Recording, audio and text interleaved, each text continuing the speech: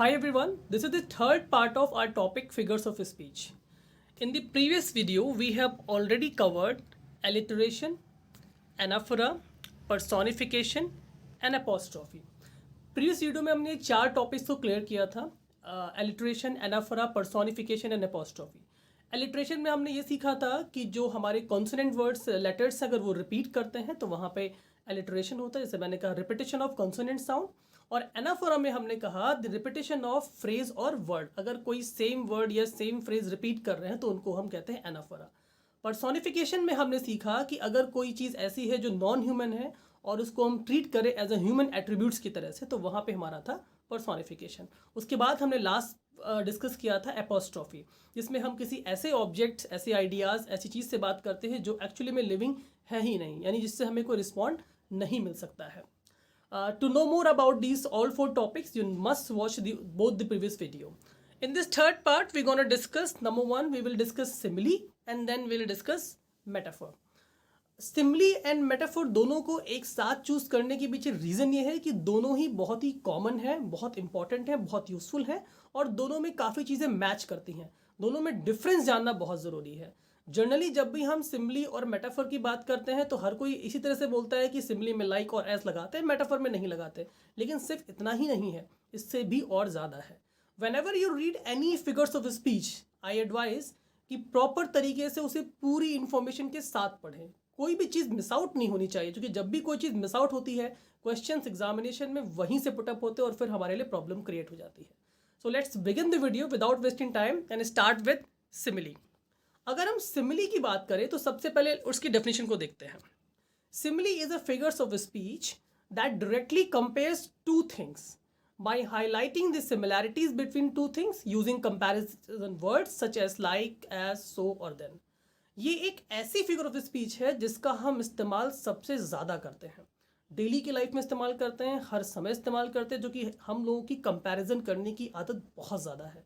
जब हम दो चीज़ों में कंपैरिजन करते हैं, one thing and other thing, दोनों चीज़ों में कंपैरिजन करते हैं तो उन दोनों के बीच में एक कोई ना कोई कॉमन चीज़ ढूंढते हैं. अगर उनके में हम कंपैरिजन डजंट मीन कि हम दोनों में कौन अच्छा कौन बुरा ये बताना हो. कंपैरिजन का मतलब ये होता है हम सिमिलैरिटीज भी बता सकते हैं और जो चीज़ें अलग हैं वो भी बता सकते हैं. लेकिन सिमिली में क्या है कि हमें दोनों चीज़ों में कोई एक कॉमन क्वालिटी को पकड़ना है. अब क्वालिटी अच्छी भी हो सकती है और बुरी भी हो सकती है. दो चीज़ों में एक कॉमन क्वालिटी को लेना है और उसको प्रेजेंट करना है. और जब भी आप क्वालिटी को साथ में प्रेजेंट करेंगे तो लाइक, एज और देन तो 100% आना ही आना है. इसको और इजी तरीके से समझते हैं. अगर हम कहें कोट इजी डेफिनेशन में, direct comparison between two things, दो चीज़ों के में डायरेक्ट हमें कंपैरिजन करना है यूजिंग लाइक, एज और देन. या तो हम लाइक का इस्तेमाल करें या एज का इस्तेमाल करें या सो का इस्तेमाल करें, देन का इस्तेमाल करें. लेकिन ऐसा हम तभी करेंगे जब हम कोई डायरेक्ट कंपैरिजन करें. Let's understand better with some examples. अब यहाँ पे एक एग्जांपल है. मैंने कहा my brother is as brave as lion. ध्यान से देखिए, मैं यहाँ पे अपने भाई का कंपैरिजन, ब्रदर का कंपैरिजन हो रहा है किससे? लायन के साथ में. लेकिन मैंने एक चीज़ बोली है, मैंने क्या बोला है कि my brother is as brave as lion. दोनों के बीच में एक कॉमन ट्रेट है. वो कॉमन ट्रेट क्या है? ब्रेव. Trait means quality. दोनों के बीच में क्वालिटी है. वो कौन सी क्वालिटी है जो दोनों के बीच में कॉमन है? ब्रदर है और लायन है, दोनों में कॉमन चीज़ क्या है कि दोनों ही ब्रेव हैं. कहने का मतलब है कि मैंने कहा मेरा भाई एक लॉयन की तरह ब्रेव है. अगर मैं यहाँ से ब्रेव वर्ड हटा लूंगा तो डायरेक्ट सी बात है कि यहाँ से एज भी हट जाएगा, तब वो सिमिली नहीं कहलाएगा. अब क्योंकि यहाँ पे ब्रेव लगा हुआ है तो हमने एज का इस्तेमाल किया है. जैसे ही आपने एज देखा आप समझ गए कि कंपैरिजन हो रहा है दो लोगों के बीच में और उसमें एक चीज़ कोई कॉमन है, इसलिए हमने वहाँ पे एज लगाया और वहाँ पे हम कह सकते हैं कि ये हमारा है simile. Let's understand with another example. एक और एग्जाम्पल देखते हैं तो फॉर बेटर अंडरस्टैंडिंग के लिए. मैंने कहा ही लाफ्स लाइक चिंपैंजी. मैंने कहा कि वो जो है वो चिंपैंजी की तरह हंसता है. अब यहाँ पे मैंने कंपैरिजन फिर से दो लोगों में है, एक ही जो जिस चाइल्ड की हम बात कर रहे हैं और एक चिंपैंजी की बात कर रहे हैं. दो चीज़ें हैं और दोनों के बीच में हमने कंपैरिजन किया है. अब यहाँ पे वो जो वर्ड है जिसकी हम बात कर रहे हैं वो क्या है? लाफिंग है. यानी दोनों की लाफिंग में सिमिलैरिटीज़ हैं. जो हमें सिमिलैरिटीज़ मिल रही कंपैरिजन करने पे वो दोनों की लाफिंग में है. तो लाफिंग हमारा मीडिएटर वर्ड है जिसको लेके हमने दो चीज़ों में कंपैरिजन किया है. और जब क्योंकि लाफ लगाया है तो इसलिए हमें लगाना पड़ेगा लाइक, कि भाई लाइक उसकी तरह हंसता है. इसलिए यहाँ पे ये क्या हो जाएगा? सिमिली.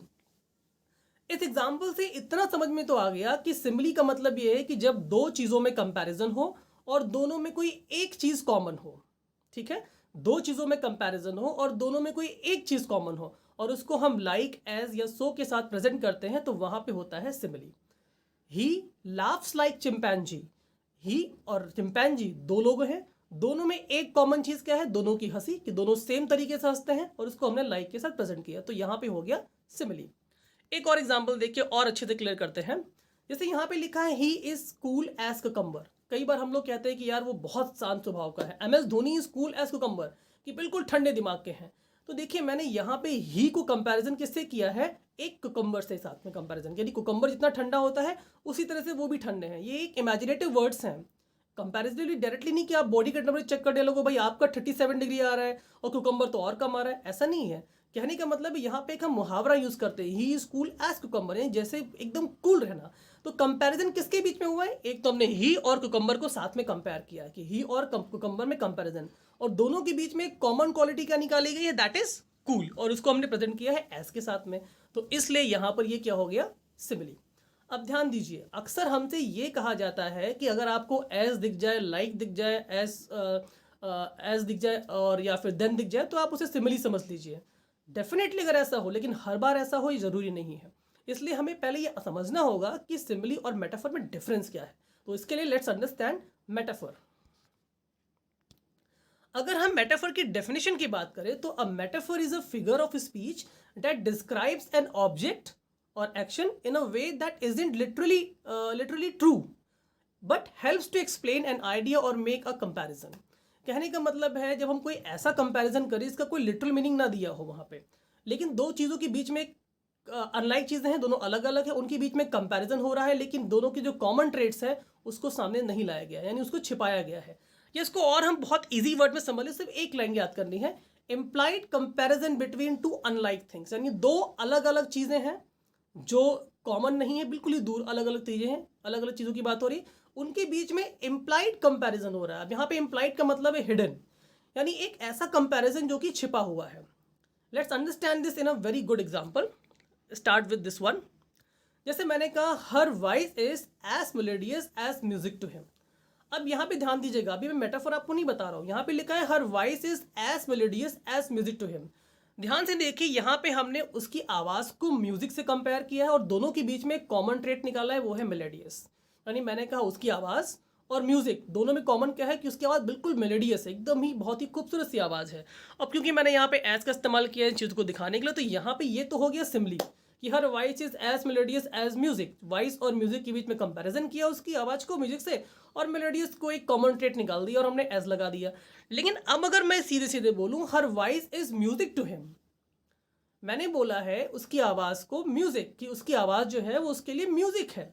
अब मैंने इन दोनों के बीच में कोई भी एक कॉमन ट्रेट नहीं बताया कि अच्छी आवाज़ है, बुरी आवाज़ है, कैसी आवाज़ है, ना ही कोई लाइक और एज का इस्तेमाल नहीं किया है। डायरेक्ट कंपैरिजन है, दो अनलाइक चीज़ें हैं, वॉइस एक अलग चीज़ है और म्यूज़िक एक अलग चीज़ है, दो अलग अलग चीज़ें हैं और दोनों के बीच में कंपैरिजन किया है बिना किसी पर्टिकुलर कॉमन ट्रेट के, यानी बीच में कोई कॉमन ट्रेट नहीं है और हमने उसको अच्छी तरीके से कंपैरिजन कर दिया है। ठीक है, जैसे मान लीजिए कि मैंने कहा कि एक जगह बहुत जंगल में फाइट हो रही थी और सब लोग, सारे जानवर वहाँ पे थे, एंड समबडी वॉज देयर, उनमें से एक जानवर जो था मंकी था, उसने बड़ी मेहनत से सबको हरा दिया। तो अगर मैं कहूँ कि monkey was fighting like a lion, कि मंकी जो है वो लायन की तरह फाइट कर रहा था, तो मैंने बोला भाई मंकी जो है वो लायन की तरह फाइट कर रहा था, मैंने मंकी को लायन से कंपैरिजन करा और लाइक लगाया तो सिमिली हो गया। लेकिन अगर मैं कहूँ monkey was the lion in the forest, कि वो जो मंकी था वही शेर बन गया था उस दिन, ऐसे लड़ा, तो मैंने उसका कंपैरिजन अभी भी लायन से किया, लेकिन सीधे डायरेक्ट कंपैरिजन कर दिया है बिना किसी कॉमन ट्रेट को दिखाए हुए। Let's understand with another example. अब यहाँ पे जैसे मैंने बोला है time is as important as money, जो टाइम है वो उतना ही इंपॉर्टेंट है जितना मनी इंपॉर्टेंट है।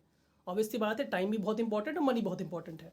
अब यहाँ पे जो कंपैरिजन हो रहा है वो टाइम और मनी के बीच में हो रहा है, और दोनों के बीच में जो कॉमन ट्रेड निकाला मैंने इंपॉर्टेंट, यानी टाइम भी बहुत इंपॉर्टेंट है और मनी भी बहुत इंपॉर्टेंट है, एंड दोनों के बीच में कॉमन ट्रेड हमको मिल गया है इंपॉर्टेंट, इसलिए मैंने इसको क्या कह दिया, एज लगाते हुए, तो ये हमारा क्या है, सिमिली है। हमने नॉर्मल कंपैरिजन किया था टाइम को मनी से और उन दोनों के बीच कॉमन ट्रेड निकाल दिया।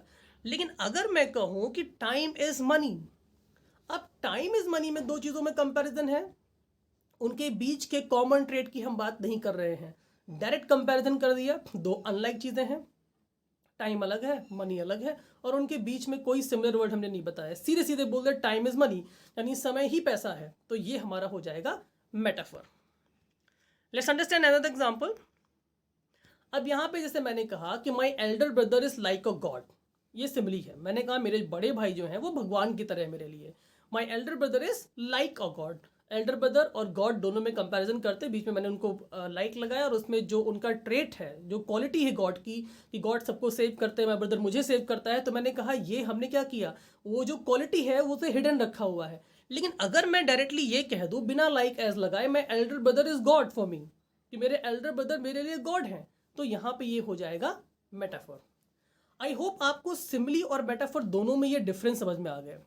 Let's understand with sum up, दोनों में कंपैरिजन करते हुए देखते हैं। जब हम सिमिली की बात करते हैं, ध्यान दीजिएगा, direct comparison between two things, दो चीज़ों में डायरेक्ट कंपैरिजन करना, इसमें यूजिंग लाइक एज और देन, जिनमें हम लाइक एज और देन का इस्तेमाल करते हैं। लेकिन जब हम बात करते हैं मेटाफर की, तो इम्प्लाइड कंपैरिजन होता है बिटवीन टू अनलाइक थिंग्स, यानी उनके बीच में जो कंपैरिजन का जो ट्रेट होता है वो छिपा हुआ होता है। इम्प्लाइड मीन्स हिडन, वो सामने नहीं होता है, राइट। इस तरह के सेंटेंस हम डेली लाइफ में बहुत ज़्यादा बोलते हैं। हम जब मैच देखते हैं तो हम लोग कहते हैं विराट कोहली बहुत अच्छा खेल रहा है, फिर हम कहते हैं Virat Kohli is playing like Sachin Tendulkar, कि विराट कोहली सचिन तेंदुलकर की तरह खेल रहा है, तो इसका मतलब मैंने विराट कोहली की बैटिंग को सचिन तेंदुलकर की बैटिंग से कंपेयर किया है, और मैंने लाइक लगा दिया कि he is playing like Tendulkar, right. अब अगर मैं कहूँ now a days Virat Kohli is Tendulkar for India, कि आजकल विराट कोहली इंडिया के लिए तेंदुलकर है, तो मैंने अभी भी कंपैरिजन किया, लेकिन उनका जो वो वर्ड है, जो बीच का ट्रेट है, उसको मैंने हिडन कर दिया, यानी वो इम्प्लाइड हो गया है।